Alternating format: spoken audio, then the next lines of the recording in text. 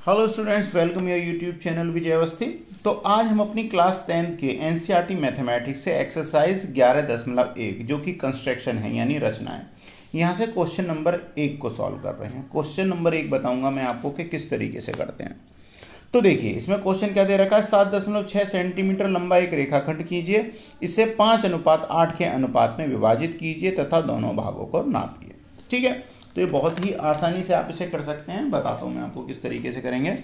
तो सबसे पहले क्या करना है, हमें एक स्केल की हेल्प से, हमें क्या बोला था, 7.6 सेंटीमीटर का एक रेखाखंड ड्रॉ कर लेना है। तो ठीक है, मैं यहां से लेता हूं और 7.6, देखो जीरो से यहां से आप इसे ड्रॉ करना स्टार्ट करेंगे, यहां से लेंगे और ये हो गया 7.6, एक पॉइंट और आगे ले लिया और जहां भी आप इसे छोड़ेंगे थोड़ा सा हाईलाइट कर लीजिए। ठीक है ना। तो इसके लिए पॉइंट या पेंसिल जो भी आप यूज कर रहे हैं, इसे कुछ इस तरीके से करेंगे तो थोड़ा सा पॉइंट जो है वो हाईलाइट हो जाएंगे आपके एंड पॉइंट। ठीक है, हम मान लेते हैं, इसे मान लेते हैं ए और ये हो गया जी आपका बी। अब हमें क्या करना है, अब स्टूडेंट हमें ए या बी पर किसी पे भी एक एक्यूट एंगल बना लेना है। एक्यूट मतलब न्यून कोण। न्यून कोण का मतलब क्या होता है, जो भी एंगल आपका 90 डिग्री से कम का होगा वो सारे आपके न्यून कोण की श्रेणी में आते हैं। ठीक है ना। तो आप अपने स्केल के अंदर क्या करेंगे, सॉरी कंपास के अंदर एक जो है एक्यूट एंगल ड्रॉ करने के लिए थोड़ा कोई भी डिस्टेंस ले लेंगे। मैंने रफली ये कितना डिस्टेंस ले लिया है, तो यहां से ए पे अगर आप एंगल बनाना चाह रहे हैं तो ए पे बनाएंगे, तो इस टाइप से एक आर्क ड्रॉ कर देंगे, यानी एक चाप लगा घुमा दी हमने। ठीक है, अब जो पहली चाप जो आपकी लगती है और उतने ही डिस्टेंस से जब आप पहला इसे कट लगाते हैं तो आपको पता होना चाहिए ये आपका 60 डिग्री का एंगल बनता है। क्या बनता है, 60 डिग्री का एंगल। तो मैं इसे मिलाते हुए एक लाइन को ड्रॉ कर देता हूं 60 डिग्री के लिए। ठीक है, ये इसे जाते हुए मिलते हुए मिलाएगी, तो यहां पर ये हमारा 60 डिग्री का एक एंगल बन गया है, जो कि आपका एक एक्यूट एंगल बन गया है। अब हमें क्या करना है, जैसा कि आपको क्वेश्चन में दिया हुआ है कि हमें किस अनुपात में बांटना था, 5:8 में। किस में बांटना है, 5:8 में, यानी कि 5 + 8, 5 + 8 = 13। तो यानी कि हमें इसके 13 पार्ट करने होंगे। कितने पार्ट बना देने हमें इसके, 13 पार्ट बना देने। ठीक है, तो 13 पार्टों को बना देते हैं। किस तरीके से करोगे आप, यहां से हम लेंगे इसमें थोड़ा डिस्टेंस और 13 चाप लगा देंगे हम। देखिए पहली फर्स्ट चाप, क्योंकि 13 नंबर जो है वो कुछ ज्यादा बड़ा पहुंच रहा है, तो इसलिए मैं इसे बहुत छोटे छोटे चाप लूंगा। तो आप कोई भी डिस्टेंस ले सकते हैं जो कि आपकी लाइन के बराबर भागों में बांट लें।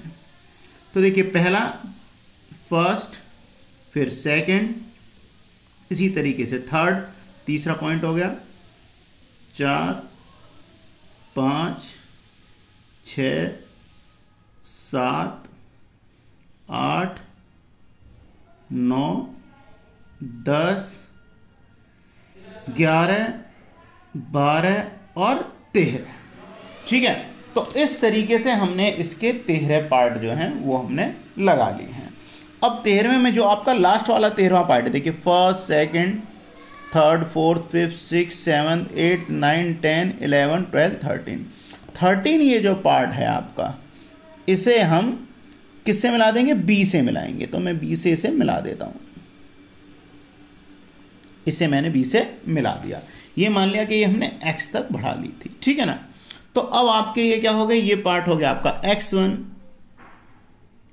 x2 so on. इसी तरीके से करते हुए आप इनके नाम दोगे और ये आपका पार्ट बनते बनते कहां तक पहुंच जाएगा, x13 तक हो जाएगा। x1, x2, x3, x4, x5, x6, x7, x8, x9, x10, x11, x12 and x13।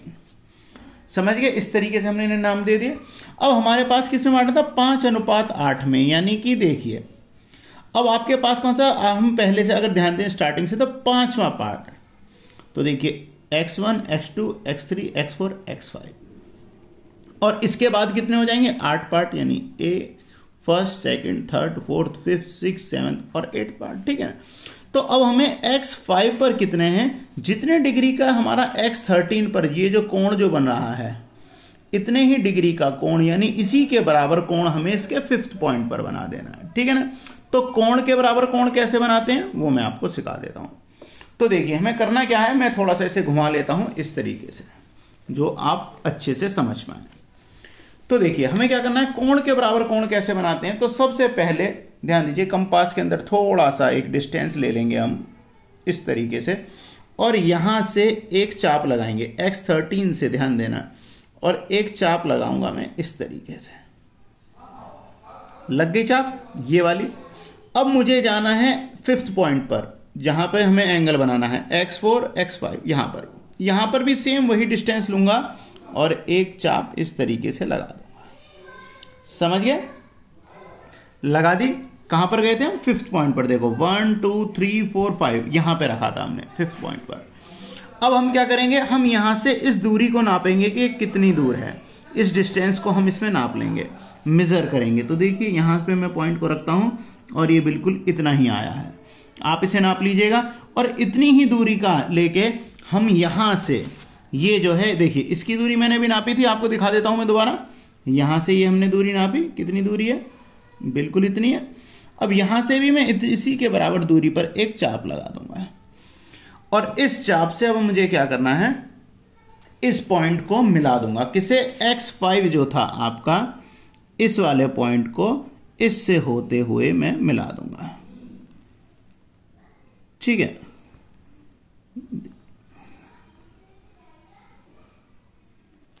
मिल गया। अब ऐसे से घुमा लीजिए। अब आप ध्यान दीजिए, अब हमने ये जो खींची थी इसका पार्ट कितना हो जानी है, 5/8 यानी 5:8 के अनुपात में ही आपकी विभक्त हो गई है। हमारे पास कितनी थी? 7.6 थी। ठीक है ना, 7.6 थी। अब देखिए, अब इसका अगर मैं आपको नाप के भी दिखा देता हूं, आप इसे किस तरीके से नापेंगे। तो देखिए सबसे जो फर्स्ट पार्ट है इसका कितना आ गया, 3.3 के, देखो 2 और 3 के बीच में आ रहा है, तो 3.3 हो गया फर्स्ट पार्ट। और इसके बाद में जो इसका सेकंड पार्ट है आप देखेंगे, यहां से आप देखें ये कितना हो गया आपका, 4.4 के समथिंग, 4.4 समथिंग आएगा, यानी 3 और 4 के बीच में आएगा। ठीक है ना। तो देखिए 4 और 3 कितने हो गए थे, 7। 3 पॉइंट यहां था और लगभग 3 पॉइंट यहां होगा, तो 7.6 हो जाएगा। तो इस तरीके से आपका ये बिल्कुल एकदम करेक्ट बना है। ठीक है। तो इस तरीके से जैसे जैसे हमने बनाया था वैसे वैसे हमें इसकी रचना भी करनी होती है। तो मैं आपको बताता हूं रचना कैसे करोगे। रचना मैं यहां पर आपको करके दिखाता हूं। सबसे पहले स्टेप 1 फर्स्ट रख लेंगे। फर्स्ट स्टेप में क्या करोगे, हमने ए बी 7.6 सेंटीमीटर का ड्रॉ किया। ठीक है ना। इंग्लिश मीडियम से हो तो आप इंग्लिश में लिख लीजिएगा, हिंदी मीडियम के हो तो आप हिंदी में लिख लीजिएगा। ठीक है ना। तो मैं हिंदी में लिख देता हूं आपको,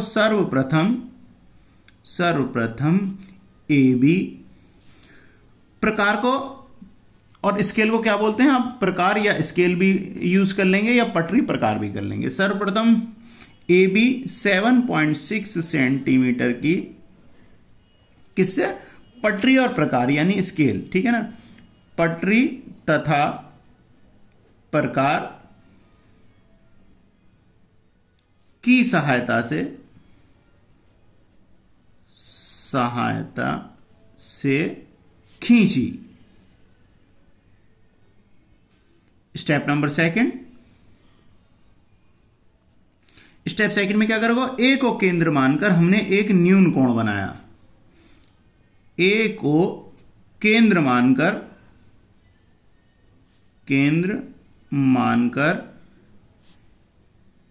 एक न्यून कोण बनाते हुए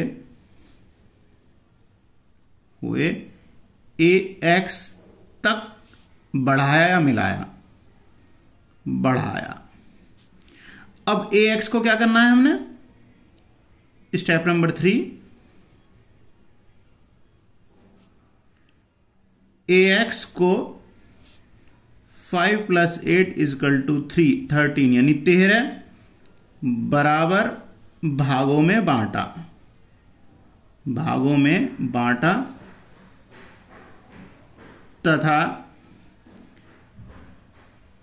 ए X one equal to A X two equal to A X three, so A X 13 तक। ठीक है, इस तरीके से हमने बांट दिया, सारे पार्ट क्या हैं, बराबर हैं।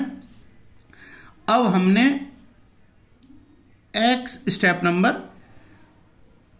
4, तो x13 के बराबर सबसे पहले x13 को b से मिलाया, हमने इसे b से मिलाया था, b से मिलाया, तथा x13 के बराबर x5 पर कोण बनाया। ठीक है, अब स्टेप नंबर 6,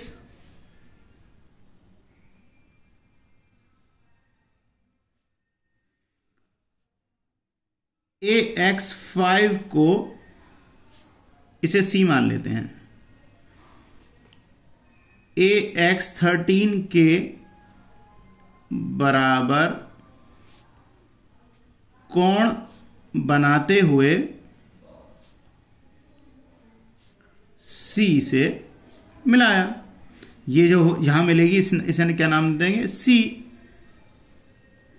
बस इस प्रकार आपका जो रेखाखंड है, इस प्रकार AB 7.6 को 5:8 में विभक्त हो गया। ठीक है ना, या बांटा, नाप के आपने लिख ही दिया। तो इस तरीके से आपको अपने क्वेश्चन की रचना करनी होती है। ठीक है, तो आपका क्वेश्चन नंबर 1 कंप्लीट है। नेक्स्ट वीडियो में नेक्स्ट क्वेश्चन के साथ मिलता हूं, जब तक बाय बाय।